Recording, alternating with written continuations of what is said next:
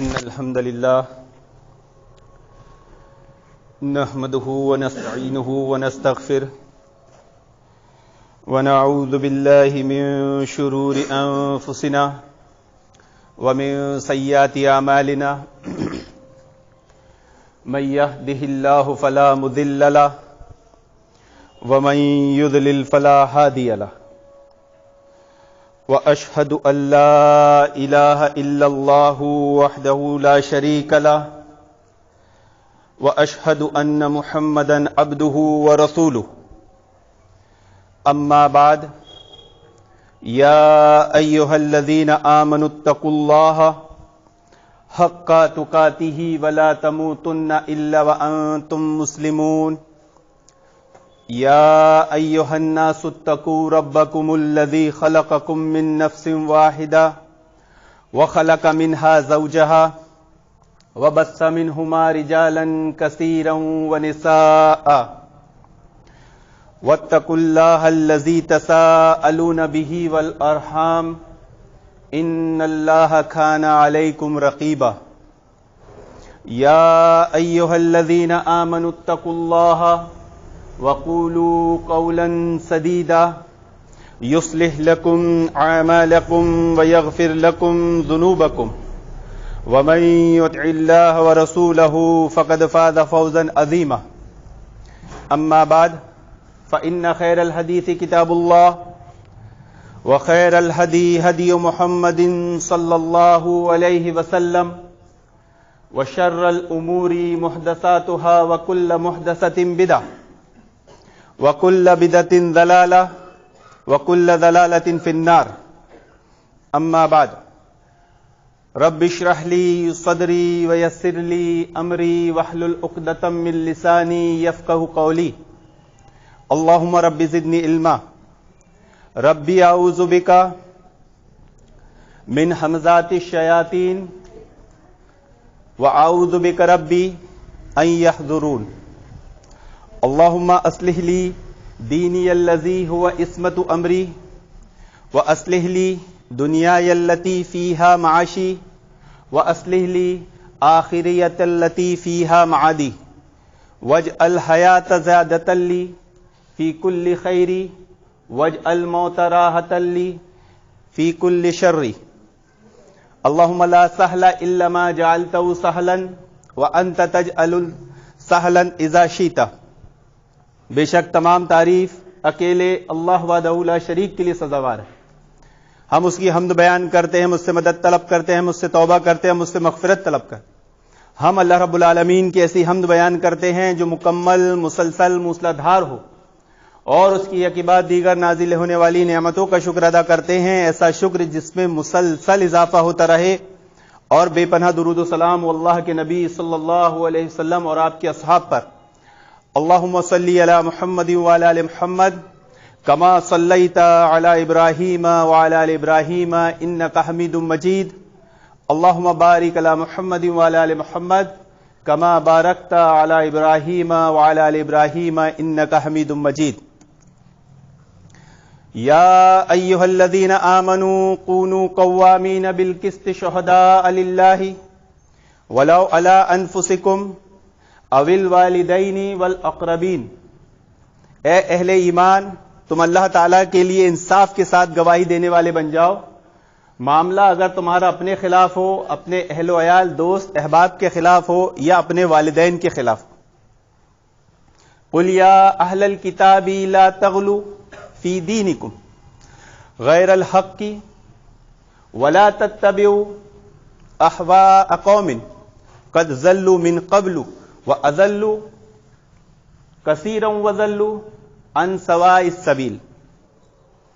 اے اہل کتاب، تم دین میں ناحق غلو اور زیادتی نہ کرو، اور ان لوگوں کے نقش قدم پر مت چلو جو خود گمراہ ہوئے، دوسروں کو گمراہ کیا، اور ایسے لوگ راہ حق سے ہٹے ہوئے. محترم حاضرین، غلو کہتے ہیں کسی چیز میں شدت اختیار کرنے کو، زیادتی کرنے کو، جس کی اصل کتاب و سنت اور اجماع امت میں نہ ہو اور جو سلف الصالحین اور علماء حق کے فہم کے خلاف اور سراسر شریعت کے مخالف ہو، اسے کیا کہا جاتا ہے؟ غلو۔ نصارہ کا عیسیٰ ابن مریم علیہ السلام کے تعلق سے عقیدہ کہ وہ اللہ کے بیٹے ہیں، یہ غلو ہے۔ بعض مسلمانوں کا اپنی زندہ یا مردہ محبوب شخصیتوں کے تعلق سے یہ سوچنا، یہ ماننا کہ وہ درجہ الوہیت پہ پہنچ گئے ہیں، یہ غلو ہے۔ دوران حج جمرات میں شیطان کو 7 کنکریاں مارنا مسنون ہے، لیکن کوئی اپنی طرف سے 8 مارے، کوئی 9 مارے تو یہ کیا ہے؟ غلو ہے۔ جوتوں میں نماز پڑھنا اور جوتوں کے بغیر نماز پڑھنا دونوں صحیح ہے، لیکن یہ ضد کرنا کہ میں جوتوں میں ہی نماز پڑھوں گا، یہ غلو ہے۔ امام ابن قیم رحمہ اللہ علیہ نے غلو کو کبائر میں شمار کیا ہے اور فرمایا ہے کہ مخلوقات کے تعلق سے غلو کرنا ان کے مقام سے تجاوز کیا جائے، ان کے مقام مرتبہ کا جو جتنا مقام مرتبہ ہے اس سے بڑھا دیا جائے، اسے غلو کہا جاتا ہے۔ اور غلو کی خطرناکیاں یہ ہے کہ بعض دفعہ یہ گناہ کبیرہ میں انسان کو مبتلا کر دیتا ہے، یہاں تک کہ شرک میں مبتلا کر دیتا۔ تو غلو کتنی خطرناک چیز ہے، یہ ایک ہی جملے میں بیان کر دے تو کافی ہوگا کہ دنیا میں شرک اگر شروع ہوا تو اس کی وجہ غلو تھی۔ قوم نوح نے اپنے صالحین کے تعلق سے جو عقیدہ ایمان رکھا وہ غلو کا تھا کہ وہ ان کی قبروں پر بیٹھتے تھے، پھر انہوں نے ان کی تصویریں بنا لی اور پھر وہ ان سے حاجت منت مراد ماننے لگے۔ اس طرح دنیا میں انسانیت میں پہلی بار شرک شروع ہوا۔ تو غلو والی ہر چیز سے بچنا یہ منہج سلف ہے۔ یہودیوں کا عزیر علیہ السلام کے تعلق سے عقیدہ کہ وہ اللہ کے بیٹے ہیں، یہ غلو ہے۔ عیسائیوں کا عیسی علیہ السلام کے تعلق سے عقیدہ کہ وہ اللہ کے بیٹے ہیں، یہ غلو ہے۔ اسی طرح مشرکین مکہ کا لات عزا کے تعلق سے عقیدہ، وہ ان کی قوم کے صالح لوگ تھے، انہوں نے سب سے پہلے ان کو وسیلہ بنایا، اپنے اور اللہ تعالی کے درمیان ان کے مقام جا مرتبے کو وسیلے کے طور پر رکھا، اور پھر غلو کرتے کرتے کرتے اتنا بڑھ گیا کہ انہوں نے قبے بنا لیے، انہوں نے مورتیاں بنا لی، ان سے حاجت منت مرادیں مانگنے لگے۔ غلو اتنی خطرناک چیز ہے۔ پھر آپ دیکھ لیجئے شیعہ روافض کو کہ انہوں نے اہل بیت کی شان میں حضرت علی، حضرت حسن، حضرت حسین، حضرت فاطمہ کی شان میں غلو کیا، اور آج ان کی قبروں کو سجدہ گاہ اور منت مرادیں مانگنے کا ذریعہ اور سبب بنا لیا۔ اسی طرح آج ہماری اس امت میں بے شمار لوگ ایسے پائے جاتے ہیں جو نیک اور صالحین لوگ اگر ہوں اس امت کے، جنہیں اولیاء اللہ کہا جاتا ہے، ان سے وہ حاجت منت مرادیں مانگتے ہیں، تو غلو سے بچنا چاہیے، کیونکہ غلو انسان کو گناہ کبیرہ کی طرف لے جاتا ہے۔ اب غلو کا پہلو کسی بھی مسئلے میں پایا جائے گا تو اس کا رد، اس کا سدباب کیا جائے گا۔ تو آج کا ہمارا عنوان یہ ہے کہ لفظ عالم کا مصداق کون؟ عالم کسے کہا جاتا ہے؟ بعض لوگوں نے یہ غلط فہمی پھیلا دی ہے، بعض لوگ یہ غلط فہمی پال لیے ہیں کہ جیسے کسی شخص کو عالم نہ بولنا ہمارا ہی کام ہے اور کسی کا کام نہیں ہے، یا ہم نے ہی یہ بولا ہے کہ فلاں بندہ عالم نہیں ہے، فلاں بندہ عالم ہے۔ تو آج یہ رسالے کی شکل میں آپ کے سامنے ثبوت پیش کرتا ہوں کہ یہ رسالہ اور اس رسالے کو لکھنے والے جو عالم ہیں شیخ احمد ضمیر سنابلی مدنی حفظہ اللہ، یہ عربی میں تحریر ہے جس کا ترجمہ آفاق احمد سنابلی حفظہ اللہ نے کیا ہے۔ اور اس رسالے کے تعلق سے ایک بات اور ذہن نشین کر لیجئے کہ کوئی بھی کتاب جب ہم پڑھتے ہیں تو اس کا مقدمہ ضرور پڑھ لیا کریں، کیونکہ کتاب کے تعلق سے کچھ اصول و ضوابط ہوتے ہیں جو اس مقدمے میں آتے ہیں، باتوں میں سمجھ میں نہیں آتے، اگر وہ مقدمہ آپ پڑھ لیں گے تو کتاب میں بیان کی گئی باتوں کی اصل معنی مفہوم کو سمجھ لیں گے. مثال کے طور پر ابن خزیمہ کی روایت سینے پہ ہاتھ باندھنے کے تعلق سے اگر آپ اس کے مقدمے کو نہیں پڑھیں گے تو مقلدین کی طرح دھوکہ کھا جائیں گے کہ وہ روایت ضعیف ہے. مقلدین کیسے دھوکہ دیں گے کہ وہ روایت ضعیف ہے؟ کیونکہ دیکھو امام ابن خزیمہ نے کہیں پر بھی ابن خزیمہ کی روایت کے آگے صحیح کا حکم نہیں لگایا، اور آدمی دیکھے گا تو واقعی صحیح کا حکم نہیں ہے. لیکن اگر وہ مقدمہ پڑھ لے گا تو وہ جان لے گا کہ مقدمے میں ابن خزیمہ نے یہ خود نقل کیا ہے کہ اس کتاب میں نے جو بھی احادیث لایا ہوں وہ صحیح لایا ہوں. تو جب صحیح لائے ہیں تو ہر حدیث کے آگے لکھنا شرط تو نہیں ہوگا. تو اسی لیے کسی بھی کتاب کا مقدمہ پڑھنا بے حد ضروری ہے. یہ رسالہ جو شائع ہوتا ہے وہ کن کی سرپرستی میں ہوتا ہے؟ رضا اللہ کریم مدنی حفظ اللہ، پھر عبد الشکور عبد الحق مدنی حفظ اللہ، یہ اس رسالے کے سرپرست ہیں. ایڈیٹر میں شیخ کفایت اللہ ثنب علی حفظ اللہ، اور نائب ایڈیٹر میں خلیل الرحمان ثنب علی حفظ اللہ، اور پھر ان کی ایک مشاورات کمیٹی ہے، محفوظ الرحمان فیضی ہے، دکتور عبد الرحمان مدنی ہے، شیخ نور الحسن مدنی ہے. بڑے علماء ہیں، یہ سب بڑے علماء میں سے شمار ہوتے ہیں جن کی ایک کمیٹی ہے. اور کوئی تحریر اگر آتی ہے اس رسالے میں تو ان کی تائید سے آتی. تو جب ہم یہ بات کہیں گے کہ یہ تحریر میں عالم نے لکھا ہے کہ علماء نے لکھا ہے تو وہاں صیغہ علماء کا جمع کیا جائے گا، کیونکہ سارے مل کر یہ تحریر شائع کر رہے ہیں. لکھنے والا اگرچہ ایک ہے تو وہاں عالم لفظ نہیں ہوگا، وہاں کیا آئے گا؟ علماء جمع کا صیغہ. تو ان کے سرپرستی میں ایک عنوان شائع ہوا کہ لفظ عالم کا مصداق کون. آج میں لفظ بلفظ آپ کو پڑھ کے سنا رہا ہوں تاکہ ایسا نہ ہو کہ میں اپنی بات کو اس میں بیچ میں ڈال دیا، جیسے کہ بعض لوگ بولتے کہ یہی ایسا بولتے ہیں. نہیں، بلکہ علماء کہتے. اب کتنی خطرناک چیزیں آج ہمارے معاشرے سماج میں آ رہی ہے، آپ علماء کی تحریر سے جان لیں گے. لکھتے ہیں کسی لفظ کا بے محل استعمال اور کسی اسم کا غیر مسمى پر اطلاق ایک قسم کا ظلم ہے. ایک برائی کیا گنائی انہوں نے کہ جس میں وہ خوبی نہ ہو وہ خوبی گنانا، یہ ظلم ہے. جس میں کوئی بھی صاحب عقل شک و شبہ نہیں کر سکتا، کیونکہ یہ ایک طرح سے حقیقت میں الٹ پھیر ہے. جس میں کوئی خوبی نہ ہو اس میں وہ خوبی مان لینا تو حقیقت کو بدل دینا ہے، حق و باطل کو خلط ملط کر دینا. امانت میں خیانت ہے، ظلم ہے. حق و باطل کو خلط ملط کر دینا ہے، امانت میں خیانت ہے. لوگوں کی آنکھوں میں دھول جھونکنا ہے، دھوکہ ہے. جو ہم کو دھوکہ دے وہ ہم میں سے نہیں. نیز انہیں لفظ کے صحیح معنی مفہوم کے تئیں گمراہ کرنا ہے. جس میں کوئی خوبی نہ ہو اس میں وہ خوبی دکھاتا ہے آدمی کس بنیاد پر؟ یہ غلو کی بنا پر. تو کتنی بڑی برائیاں پیدا ہو سکتی ہے. ظلم ہوگا، دھوکہ ہوگا، گمراہی ہوگی، آنکھوں میں دھول جھونکنا ہوگا، حقیقت میں الٹ پھیر کرنا ہوگا. پھر لکھتے ہیں اس ضمن میں ایک لفظ عالم بھی ہے جو ہر کس و ناقص کے حق میں بیجا استعمال کیے جانے کے ناطے اس قدر مظلومیت کا شکار ہو چکا ہے کہ عوام تو کجا بہت سارے طلباء علم کی نگاہ سے بھی اس کا حقیقی معنی اوجھل ہو کر رہ گئے. یعنی عالم کس کو کہا جائے عوام تو جانے دیجئے، آج جو مدارس میں پڑھ رہے ہیں طلباء وہ بھی اس میں کنفیوز ہے.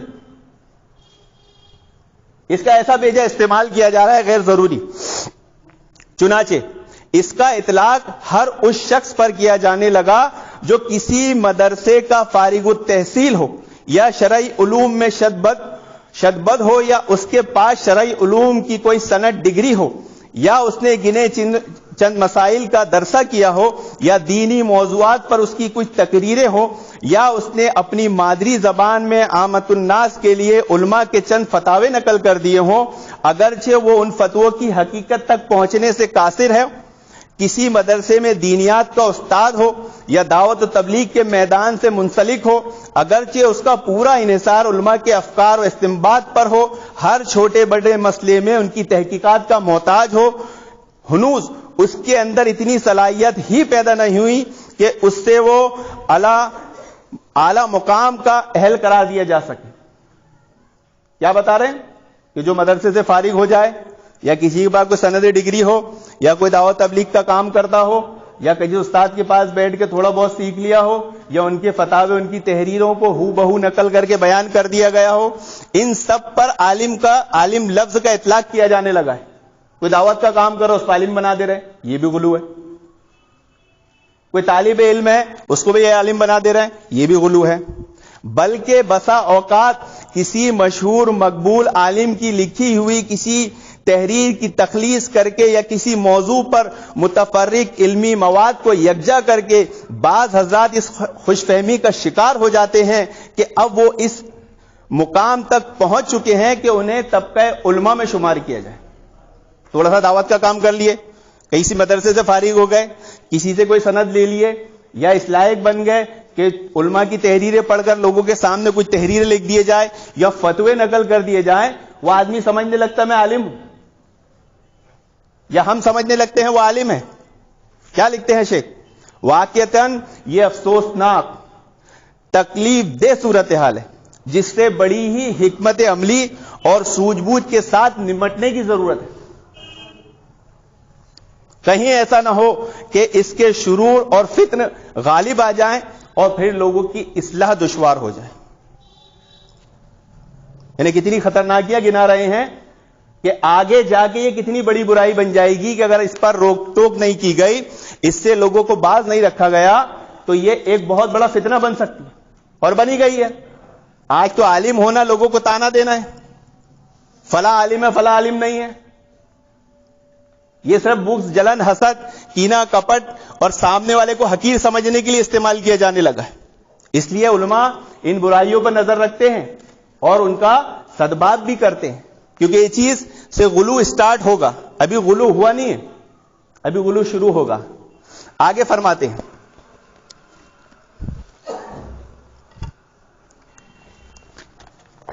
انہی امور کو مد نظر رکھتے ہوئے میں نے اپنی علمی بذاتی کے باوجود مناسب سمجھا کہ اس مسئلے سے لوگوں کو آگاہ کیا جائے اور ان امور کی وضاحت کی جائے جو اس عظیم منصب کے حصول کے لیے لازمی طور پر مطلوب ہے. اس سے مقصود اپنے آپ کو, طلب علم میں مصروف بھائیوں کو اس امر پر ابھارنا ہے کہ اس مقام کو پانے کے لیے خود کو جہد مسلسل عنوان بنا لیں. یعنی اتنی کوشش کریں کہ اس کے تعلق سے لوگوں کو اویئر کریں, اور عالم نہیں ہے تو عالم بننے کی کوشش کریں. اور چند شرائط آگے بیان کیے ہیں جن کو جاننا سمجھنا ہر مسلمان کے لیے ایسے حالات میں ضروری ہو گیا, کیونکہ آج اس مسئلے کو لے کر بہت سارے اختلافات, انتشار, دل برے کیے جاتے ہیں, فتنہ پھیلایا جاتا ہے. اور یہ ہم نہیں کہہ رہے, یہ علماء کی ٹیم کہہ رہی ہے. اس سے یعنی انہوں نے یہ چیز بتائی ہے کہ سب سے پہلے ہمیں یہ جان لینا چاہیے کہ کسی بھی فن کا عالم اسے کہیں گے جس کے اندر درج ذیل 4 شرائط موجود ہیں. پہلی شرط, اسے اس فن کے اصول کا مکمل علم ہو. جس فن کا وہ عالم ہے اس فن کا مکمل علم ہو تو وہ عالم کہلائے گا, ورنہ نہیں. مطلب آج تو دیکھا جاتا ہے کہ اس فن میں معلومات ہے ہی نہیں, بس اس کے پاس سند یا مدرسے کی کوئی ڈگری آ گئی. سند اصل میں مدرسے کی ڈگری کو سند نہیں کہتے. لوگوں میں یہ غلط فہمی ہے کہ کوئی مدرسے سے فارغ ہو گیا اور اسے وہاں سے شہادہ ملتا ہے, وہ اسے سند سمجھ لیتا ہے. وہ سند نہیں ہوتی, وہ شہادہ ہوتا ہے. یہ گواہی ہوتی ہے کہ ہمارے مدرسے سے پڑھا ہے, ہمارے پاس پڑھا ہے. سند اصل میں قرآن کی ہوتی ہے, سند اصل میں حدیث کی ہوتی ہے. اور وہ کیسے ملتی ہے؟ کوئی حافظ اگر بن گیا ہے تو وہ مدرسے سے پڑھ کے حافظ تو بن گیا ہے, لیکن ابھی اس کے پاس حفظ کی سند نہیں ہے. ابھی اس کو بڑے مشائخ کے سامنے بیٹھ کر 25 سے 26 سپارے پارے تجوید قواعد کے ساتھ سنانا پڑیں گے. بڑے مشائخ کے پاس بیٹھ کر, کسی اور کے پاس بیٹھ گئے, کوئی ہماری مسجد کے امام صاحب ہے, کسی اور مسجد کے امام صاحب ان کے سامنے نہیں. جو قرآن کے ماہرین ہیں بڑے بڑے, ان کے سامنے ایک ہی بیٹھک میں 25 سے 26 27 28 پارے یعنی 25 سے اوپر ہی, اور وہ سنیں گے. اس کے بعد جب وہ شہادہ دیں گے, سند دیں گے, وہ اصل سند ہوتی ہے. مدرسے سے حفظ کرنا ہی سند نہیں ہے. میں مدرسے چلے جاؤں, مدرسے پڑھ کے لے آؤں تو سند نہیں, وہ شہادہ ہے. اس کے لیے مجھے حدیث کسی حدیث کے ماہر کے سامنے پڑھ کر سنانا پڑے گی. وہ جس حدیث پر ہاتھ رکھ دے گا, یہ حدیث پڑھو, اس حدیث میں کیا بات کہی گئی ہے, اس میں کیا اصول بیان کیے گئے ہیں, ذرا سمجھاؤ, تم اس کو کیسے سمجھے. جب وہ سند دے گا وہ سند ہوتی ہے. تو ایسے سند یافتہ اگر حافظ اور عالم ڈھونڈنے جائیں گے تو انگلیوں پر گن لیں گے آپ, اتنے کم ملیں گے. کتنے لوگ ہیں اس ہندوستان میں جن کے پاس قرآن کی سند ہے؟ کتنے عالم ہیں ایسے ہندوستان میں جن کے پاس حدیث کی سند ہے؟ لیکن اتنے ہیں کہ آپ انگلیوں پہ گن سکتے, کیونکہ آج اتفاق آئے پہ کر لیا گیا ہے, بس میں مدرسہ پڑھ لیا, ڈگری آ گئی, شہادہ آ گیا, سند ہے. وہ سند نہیں ہوتی. اس فن کی تعبیر و تشریح پر قادر ہو, یعنی جس فن کے تعلق سے وہ عالم بننے کی کوشش کر رہا ہے اس کا پورا علم ہو اور اس کو سمجھا سکتا ہو. اس فن کے لوازمات سے وہ واقف ہو, جو بھی اس کے لوازمات ہیں, جو مزاج ہے, سب سے وہ واقف ہو.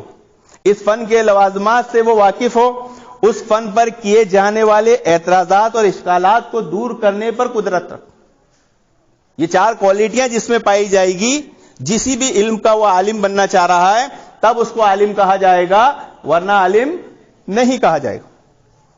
اب بولے ہم عالم کیوں کہتے ہیں, یہ ایک مسئلہ آئے گا. عرف میں بول دیتے ہیں.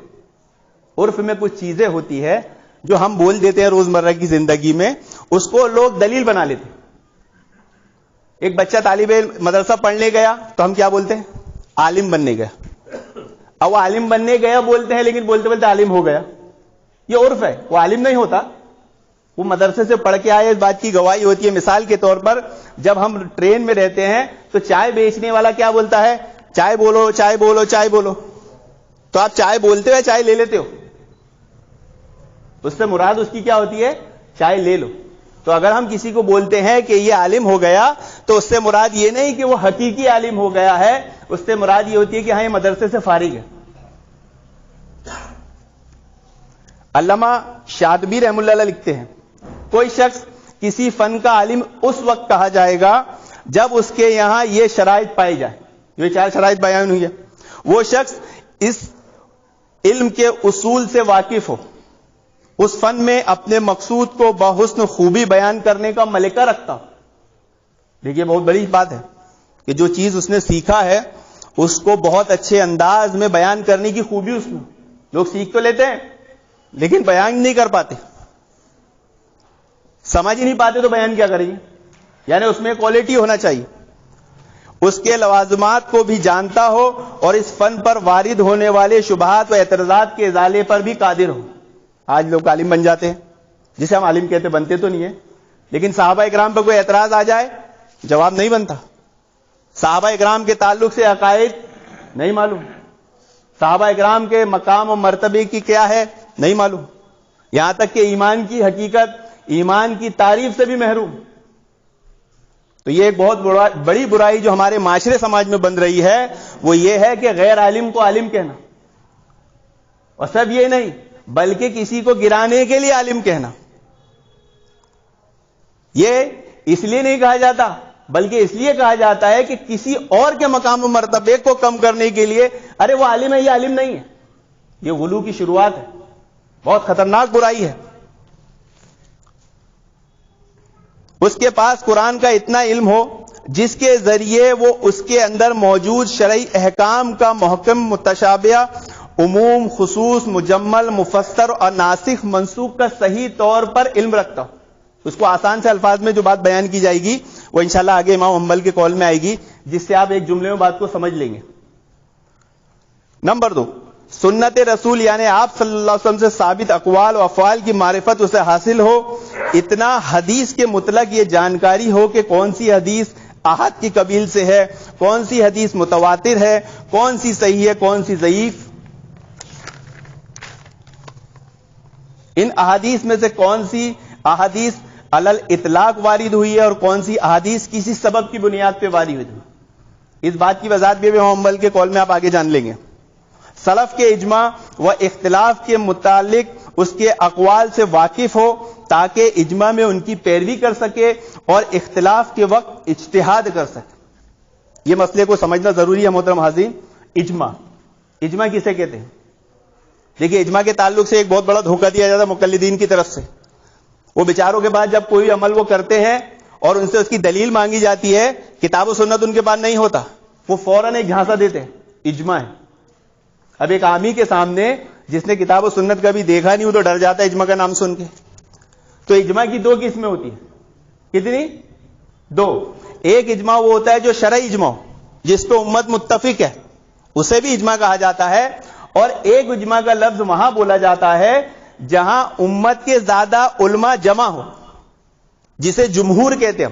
جب ہم کہتے ہیں نا اسی مسئلے میں جمہور اس طرف گئے یعنی زیادہ لوگ اس طرف گئے, تو جب یہ کہا جاتا ہے کہ اس مسئلے میں اجماع ہے تو اس سے مراد شرعی اجماع نہیں ہوتا. اس سے مراد یہ ہوتا ہے کہ لوگوں کی, عالموں کی, اہل علم کی ایک بڑی جماعت اس طرف گئی ہے.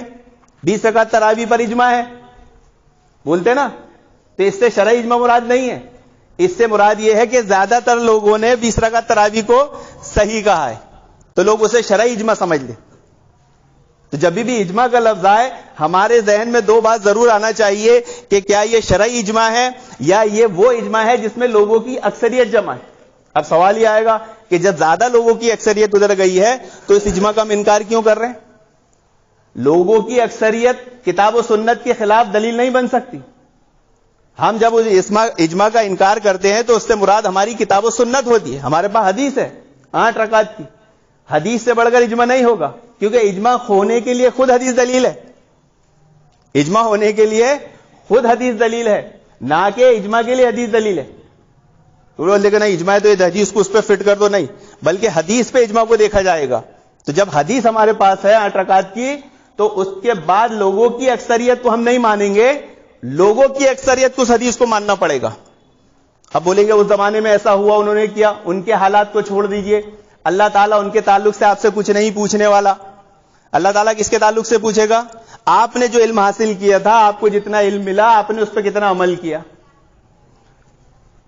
پھر آگے لکھتے ہیں قیاس کی جانکاری ہو تاکہ جن فروعی مسائل کے بارے میں نص صریح وارد نہیں ہے انہیں منصوص و مجمع علیہ اصول کی طرف لوٹا سکے. یہ تھوڑا اصول مشکل ہے, قیاس کیا ہے قیاس کیا نہیں, عام آدمی کا کام نہیں ہے, لیکن عالم ہونے کے لیے شرط ہے.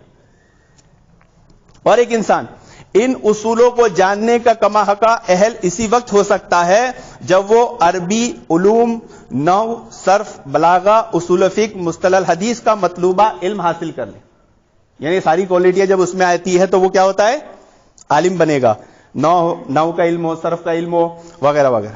علوم عربیہ کو حاصل کرنا اس لیے ضروری ہے کیونکہ قرآن و حدیث عربی زبان میں ہے, لہذا عربی زبان قواعد میں مطلوبہ مہارت حاصل کیے بغیر قرآن و حدیث کو کما حقہ سمجھنا, ان کے احکام و مقاصد سے واقف ہونا ممکن نہیں. امام شافعی رحم اللہ فرماتے ہیں جو شخص عربی زبان کی وسعت, اس کی کثیر تعبیرات اور ان کے معنی کے اتفاق و اختلاف کو نہیں جانے گا, وہ قرآن مجید کے چند جملوں کی وضاحت و تفسیر کو نہیں جان سکتا. یعنی عربی آنا چاہیے. اب عربی کون سی؟ ایک مسئلہ ہے. عربی ایسی آنا چاہیے آدمی کو جس میں قرآن کا کوئی لفظ, حدیث کا کوئی لفظ, اس کا صحیح معنی کیا ہے, ایک دم صحیح معنی وہ اس کو معلوم. صرف عربی آنا مقصود نہیں ہے کہ عربی میں گفتگو کر لیا, قرآن کی آیت دیکھ کر اس کا ترجمہ کر دیا, یہ بھی عربی آنا ہوتا ہے, لیکن یہ عربی آنا نہیں. امام غزالی کا ایک قول ملتا ہے المنقول میں کہ امام ابو حنیفہ کو عربی نہیں آتی تھی, وہ مجتہد نہیں تھے, صحیح حدیث چھوڑ دیا کرتے تھے, ضعیف حدیث لیتے تھے. اس کا قول ہے امام غزالی. امام غزالی کون ہے؟ احناف کے بڑے اماموں میں سے, یعنی بریلوی بھی ان کو مانتا ہے, دیوبندی بھی ان کو مانتا ہے, لیکن ان کی نہیں مانتا. انہوں نے کیا کہا؟ امام ابو حنیفہ کو عربی نہیں آتی تھی, وہ مجتہد نہیں تھے, صحیح حدیث کو چھوڑ دیا کرتے تھے, ضعیف کو لیتے تھے. اب یہ بات ان کی 16 آنے صحیح, لیکن سب سے پہلا سوال یہ قول پڑھتے کے ساتھ آدمی کے ذہن میں آئے گا کہ عرب میں رہنے والے کو عربی نہیں آتی, ہندوستان میں رہنے والے کو اردو نہیں آتی. کوئی بولے بھائی انڈیا میں رہتے اردو نہیں آتی تھی. ہاں, وہ اردو نہیں آتی تھی بھائی, ہم جو اردو بولتے ہیں وہ عرف عام کی عام اردو ہوتی ہے, عام زبان ہوتی ہے.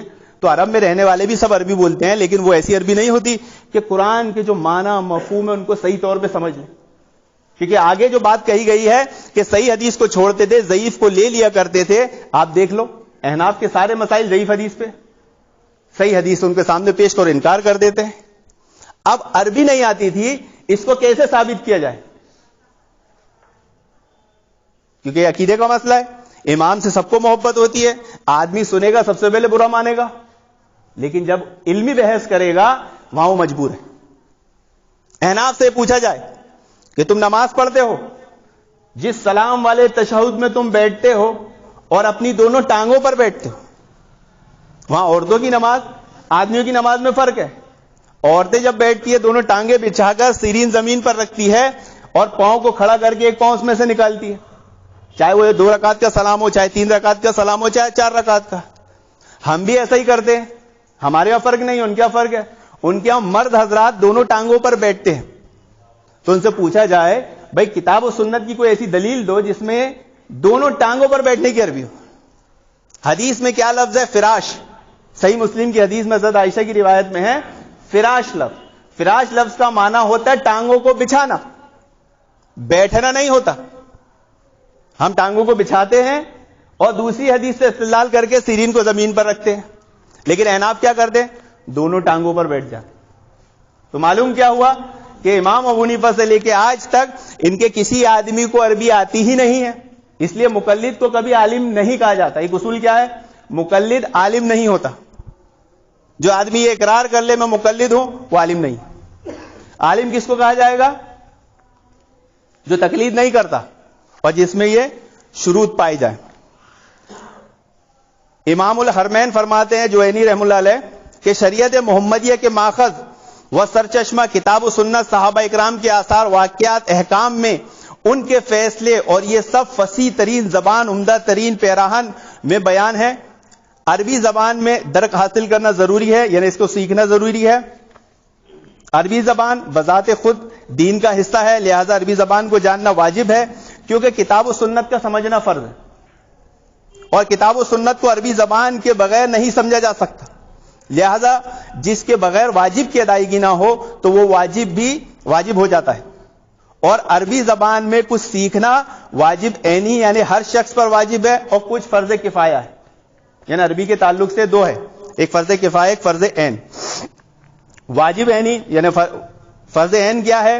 امام شافعی فرماتے ہیں ہر مسلمان پر کم سے کم اتنی عربی سیکھنا واجب ہے کہ وہ شہادتین کا اقرار کر لے, کتاب اللہ کی تلاوت کر سکے, نیز تسبیح تکبیر تشہد وغیرہ جیسے واجبی اذکار کی ادائیگی کر لے, یعنی ان کو یاد کر لے, ان کو نماز میں اچھے سے پڑھ لے, وہ عربی میں کر سکے. اور جو شخص اس زبان کو جسے اللہ تعالیٰ نے اپنے آخری نبی صلی اللہ علیہ وسلم کی زبان قرار دیا ہے اور جس میں اپنی آخری کتاب نازل فرمایا ہے جتنا زیادہ ہو سکے سیکھ لے, یہ بہتر ہے.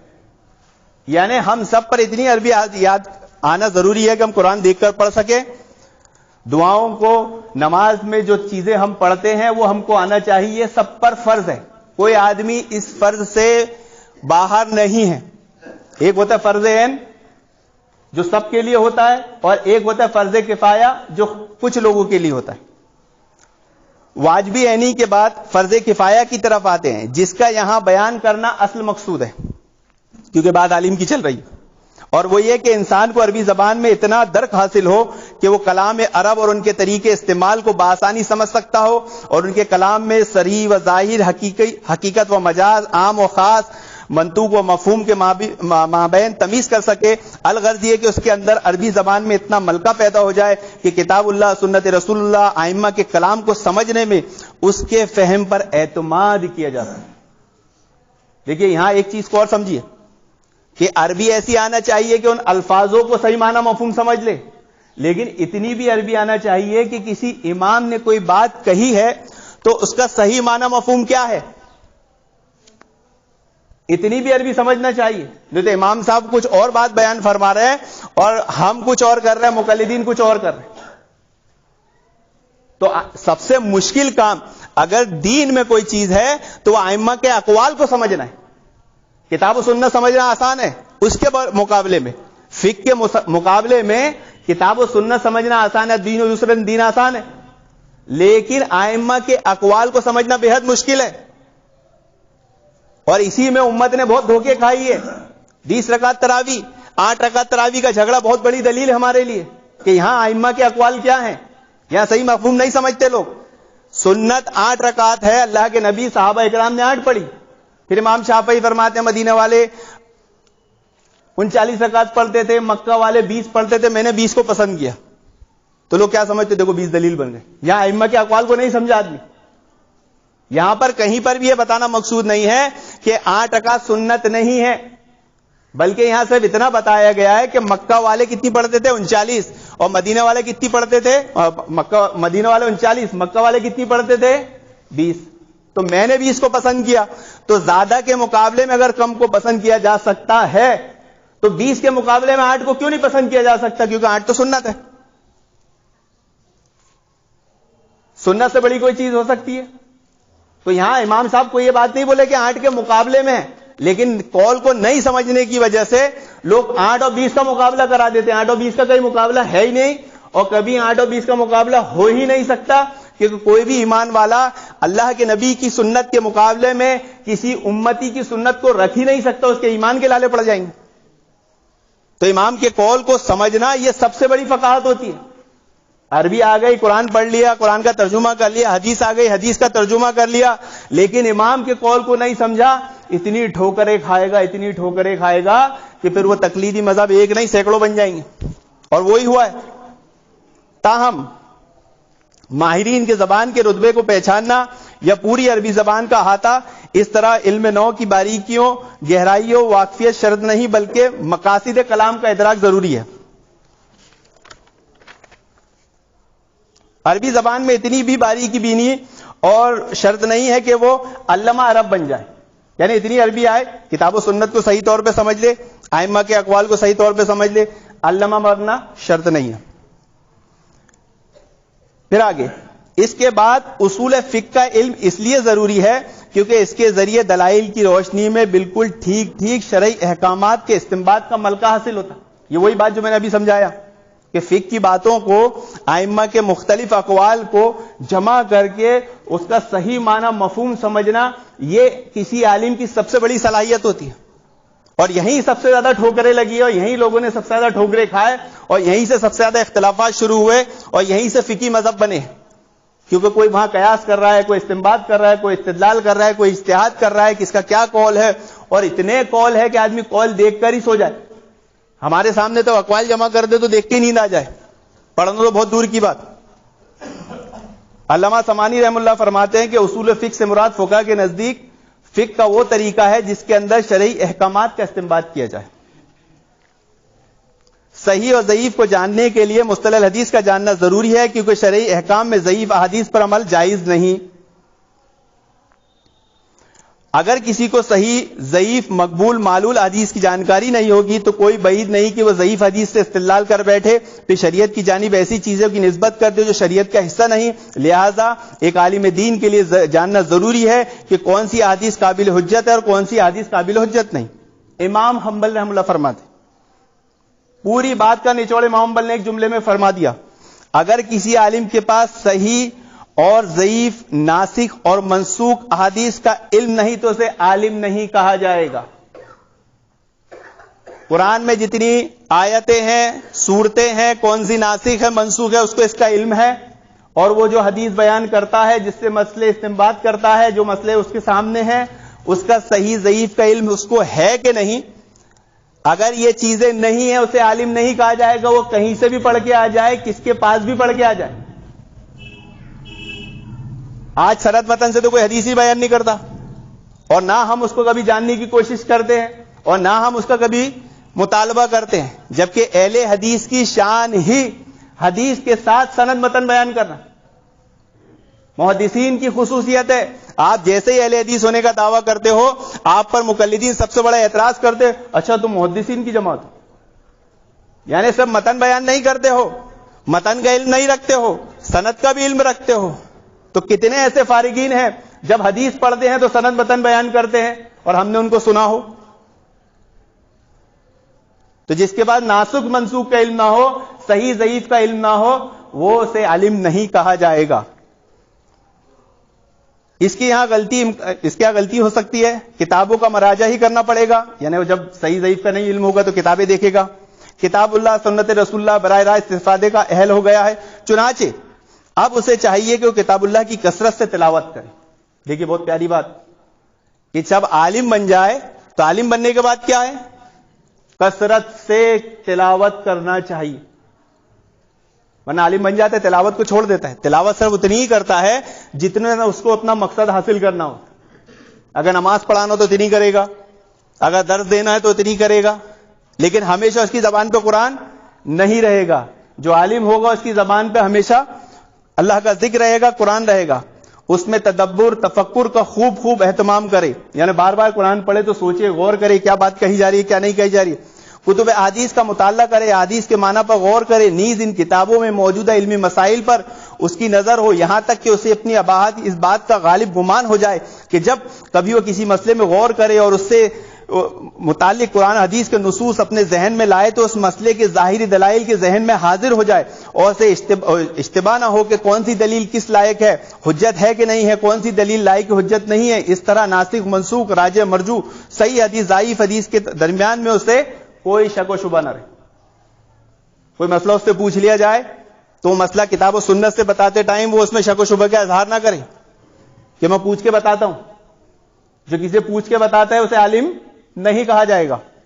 چنانچہ جسے کتاب و سنت کا اتنا علم ہو جائے تو حقیقی معنوں میں ہی عالم کہلانے کا حقدار ہے، اس لیے کہ اب وہ کتاب و سنت سے شرعی احکام کو جاننے اور اخذ کرنے کا اہل ہو چکا ہے. جو یہ علم سیکھ لیتا ہے وہ خود اجتہاد کر کے ان مسائلوں کا حل کر سکتا ہے، حل دیتا ہے. دوسروں کا محتاج کہ کوئی مسئلہ آ گیا میں اس سے پوچھ کے بتاؤں گا، اس مسئلے میں اس کی طرف رجوع کروں گا، اسے طالب علم کہا جائے گا، عالم نہیں کہا جائے. پھر حقیقی عالم کی کچھ علامتیں. اب کوئی عالم اتنا بھی سیکھ کے آ گیا جو یہاں بیان کیا گیا تو کیا اسے عالم کہا جائے گا؟ کیا آپ نے جو شرائط بیان کی کہ وہ عالم ہے؟ حقیقی عالم کی کچھ شرائط ہے. اور کیا؟ نمبر ایک علامت یہ ہے کہ عالم باعمل ہو. اس کا قول اس کے فعل کے مطابق ہو. اگر اس کے فعل اور قول میں تضاد ہو تو وہ اس لائق نہیں کہ اس سے علم حاصل کیا جائے یا کسی بھی علم میں اس کی اقتدا کی جائے. جو عالم بنے گا وہ باعمل ہوگا عالم کہلائے گا. اور باعمل ہو، جو بات کہتا اس کے مطابق عمل کرتا ہو تو اس سے علم لیا جائے گا اور اس کی اقتدا کی جائے گی، ورنہ نہیں کی جائے گی. فجر کے ٹھکانے نہیں ہے لیکن عالم ہے. اب اس سے بڑا ظلم کیا ہوگا؟ معاملات کے ٹھکانے نہیں ہے. ایک روایت میں نے سنا، میرے علم میں نہیں صحیح ہے ضعیف، ابھی تھوڑے وقت کسی نے حضرت علی کو کہا کہ فلاں بڑا عبادت گزار ہے. ارے بولا چھوڑو اس کو، بڑا عبادت گزار ہے، اس کے معاملات دیکھو. تو معاملات دیکھے جائیں گے، معاملات میں کتنی دینداری ہے. ورنہ دین تو عام زندگی میں رہتا ہی رہتا ہے. اصل دین خوشی کے موقع پر اور غم کے موقع پر دیکھا جاتا ہے. کہ اس کے گھر میں جب خوشی ہے وہ کتنا دین کا پابند ہے، وہاں تو سب سے پہلے نماز قضا ہو رہی ہے، وہاں تو سب سے پہلے جماعتیں چھوٹ رہی ہے اور خود کی چھوٹ رہی ہے، دوسروں کو بھی چھڑوا رہے. جب گھر میں کوئی موت میت غم کا ماحول ہے، عبادت سے سب سے پہلے دور ہے، معاملات خراب ہیں. تو جب معاملات بے عمل ہو تو عالم نہیں کہا جائے گا. اب دوسری شرط بیان کی گئی. دوسری یہ علامت ہے کہ اس نے علم علماء کی زیر تربیت حاصل کیا ہو. بولے ہاں ہم نے تو کیا، ہاں ٹھیک ہے کی. آگے ان کے سامنے بیٹھ کر حاصل کیا ہو، ایک لمبی مدت گزاری ہو. یعنی عالم ہونے کے لیے بھی اب کیا شرط بیان کی گئی ہے؟ علم تو گیا تھا مدرسے پڑھنے، سیکھ کے بھی آیا 5 سال 7 سال 9 سال، اس کے بعد بھی کیا ہے؟ یہ اکتفا نہیں کر لے کہ میرے پاس شہادہ آ گیا تو میں عالم ہو گیا. نہیں، ابھی بھی اسے سیکھنا ہے اور علماء کی صحبت میں لمبی مدت بیٹھنا ہے. ہمارے شیخ، میرے شیخ احمد بن محفوظ ندی حفظ اللہ ہمیشہ یہ بات کہتے تھے کلاس میں. آج مجھے یہ پڑھنے کے بعد یقین ہوا ان کی بات کہ وہ ایک جملہ ہمیشہ ادا کرتے تھے کہ تم یہ جو علم سیکھنا چاہ رہے ہو اس کے تعلق سے تم اپنی سوچ بتاؤ. کیونکہ ہم یہ اس پہ سیکھ رہے تھے جب لاک ڈاؤن وغیرہ لگا تھا آن لائن، تو سب نے میسج کیے، تو سب کے میسجوں میں ایک ہی بات تھی، بس بہت جلدی علم سیکھ لوں، بہت جلدی عالم بن جاؤں. انہیں کہا نہیں، اگر میرے پاس علم سیکھنا ہے تو 10, 11, 15, 13 سال کی فرصت ہے. جلدی والا کام ہے کوئی دوسرا دیکھ لو. اگر جلدی کا کام ہے تو کوئی دوسرا دیکھ لو, اور اگر اتنا ٹائم ہے تو میرے پاس آؤ. تو عالم کے لیے زیر تربیت کیا ہے؟ لمبی مدت. لہذا طالبان علوم نبوت کو چاہیے کہ حصول علم کی راہ میں جان افشانی کا مظاہرہ کرے اور خوب سرابی حاصل کرے, یہاں تک کہ انہیں علم میں پختگی اور رسوخ حاصل ہو جائے. نیز وقت سے پہلے اپنے آپ کو نمایاں کرنے کی جلدی نہ کرے. ایک قاعدہ اور بیان کیا گیا کہ عالم اگر بن رہا ہے تو اپنے آپ کو میں عالم ہوں میرے کو خطبہ دینے دو, میرے کو یہ کرنے دو, میرے کو نمایاں نہ کرے, بلکہ صبر رکھے, پختگی رسوخ حاصل کرے, نمایاں کرنے میں جلدی نہ کرے, تاکہ لوگوں میں سے یہ نہ ہو جائے جنہیں جمنے سے پہلے پرواز کا شوق تھا, اور علم میں پختی پیدا ہونے سے پہلے بلند اور بانگ دعوے نہ کرے. دیکھا جاتا ہے فارغ ہو جاتا ہے آدمی, بس کسی کو سمجھ ہی نہیں رہے, پوری جماعت کو حقیر سمجھ رہے. تو جو عالم ہوتا ہے اس میں یہ ساری خوبیاں ہوتی ہے. چنانچہ افسوس کا مقام ہے کہ موجودہ وقت میں کتنے ایسے نوخیز طلباء ہیں جو اس عظیم لقب کے دعوے دار ہیں, حالانکہ یہ ابھی سطح پر تیر رہے ہیں اور علم میں دستگاہ حاصل نہیں ہوئی ہے. نیز علماء کی تربیت بھی نہ کے برابر ملی ہے. تو اہل علم نے عالم کس کو کہا جاتا ہے, اس پر چند باتیں نقل کی ہے جس کو میں نے آپ کے سامنے بیان کیا. آپ سوچ رہے ہوں گے کہ بھائی یہ برائی ہم میں آ سکتی ہے, یہ برائی ہم میں پیدا ہو سکتی ہے. بالکل ہو سکتی ہے. یہ نہ سمجھے کہ ہم اہل حدیث ہیں تو ہم میں یہ برائی پیدا نہیں ہو سکتی, بالکل ہو سکتی ہے. اگر آپ کو وہ 3 صحابہ اکرام کا واقعہ معلوم ہوگا کہ وہ اللہ کے نبی صلی اللہ علیہ وسلم کی خدمت میں آئے, میں ہمیشہ نماز پڑھوں گا, میں رات میں ہمیشہ جاگوں گا, میں ہمیشہ روزہ رکھوں گا, میں کبھی شادی نہیں کروں گا. وہ صحابہ اکرام نے کون سی غلط بات کہی تھی؟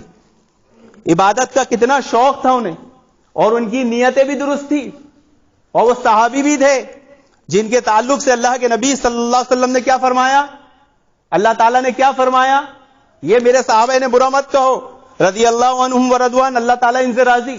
ان کی نیت پر کوئی شک نہیں, ان کے عمل پر کوئی شک نہیں, لیکن وہ جو بات کہہ رہے تھے اگر اس پر قدغن نہیں لگائی جاتی تو آگے جا کر وہ بہت بڑی برائی بنتی. شیطان اتنی جلدی کسی کو شرک میں مبتلا نہیں کرتا, پہلے اسے وہ غلو میں مبتلا کرتا.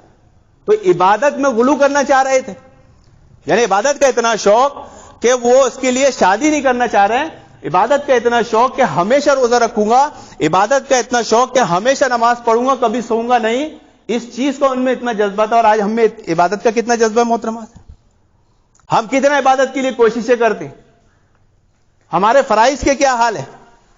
بلکہ وہ غلو کی طرف اشارہ جا رہا تھا, اس لیے اللہ کے نبی نے روکا, اور ہم کمی کی طرف جا رہے ہیں, یعنی وہ افراط تھا, یہ تفریط ہے, تو ہم تفریط کی طرف جا رہے ہیں, تو اس سے بچنا بھی ضروری ہے. تو یہ امت میں جو سب سے بڑا خطرہ ہے وہ غلو کا ہے, کہ کسی چیز کو اس کے مقام سے بڑھانا غلو ہے. اس کی تباہکاریاں آپ کو آگے جا کر دیکھنے سننے کو ملے گی. اگرچہ آج کے دور میں وہ نہیں دیکھی جا رہی, لیکن اگر اس کا اگر رد نہیں کیا گیا, اس کا سدباب نہیں کیا گیا, تو آگے جا کے یہ بہت بڑی برائیاں بنے گی. اس لیے اللہ رب العالمین سے دعا کہ اللہ رب العالمین ہمیں ہر طرح کے غلو کرنے سے محفوظ رکھے. آمین یا رب العالمین. وآخر دعوانا الحمد.